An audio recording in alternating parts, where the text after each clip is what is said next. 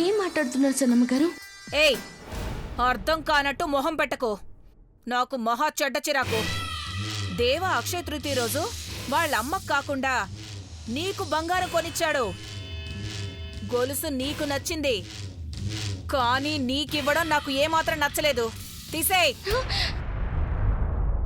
వద్దు సన్నమ్మ గారు, పెద్దబాబు గారు ఇచ్చింది ఎట్టా తీసేస్తాను? అబ్బా, పెదబాబు రేపు పొద్దున్న ఇంకా విలువైందేదో ఇవ్వచ్చు. అప్పుడు మేమంతా నెత్తినోరు బాదుకున్నా తిరిగివ్వను, ఇలాగే సమాధానం చెప్తే చంపేస్తాం కదా. నీ ఒంటి మీద సాంబారు పడితే డ్రెస్ మార్చుకోమని కాదు, నీ మెళ్ళో ఉన్న ఆ గొలుసు కూడా తీసేయమని. తీసేయ్. వద్దు సన్నమ్మ గారు, తీయొద్దు. ఎప్పుడు తీయొద్దని ఆ దేవుడే చెప్పినాడు. ఏ దేవుడే?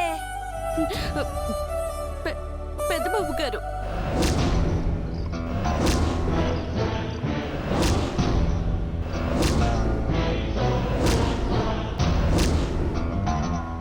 ఓహో, మేము దేవా దేవా అంటే నువ్వు దేవుడా దేవుడా అంటావా? ఆయన చెప్పాడని నువ్వు తీయట్లేదు, అంతే కదా? అవును సన్నమ్మ గారు. నువ్వు తీయద్దులేవే, నేనే తెంచేస్తాను.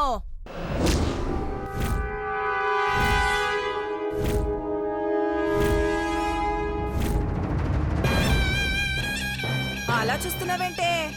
నీకు పెళ్ళై ఉంటే తాడైనా తెంచేస్తాను.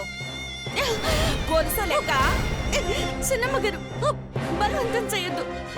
చెప్తున్నాను కదా, ఓకే అండి, ఓకే అండి సన్నమ్మ గారు, ఓకే అండి. వదిలేదు లేదు, గిదిలేదు లేదు. తీస్తావా లేదా? మర్యాదగా చెప్తే మీకు అర్థం కాదా?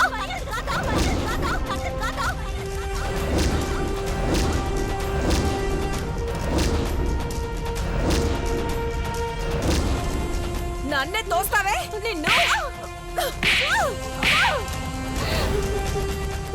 ఈ రోజు అవుట్ హౌస్ లో నెట్టేసావంటే రేపు ఇంట్లో నుంచే గెట్టేస్తావే. లేవే, లే. సినిమా గారు, మా అక్కని ఎందుకు కొడుతున్నారు? రేయ్, నా చెయ్య పట్టుకుంటావా? సన్నమ్మ గారు, మా తమ్ముని కొట్టకండి సన్నమ్మ గారు.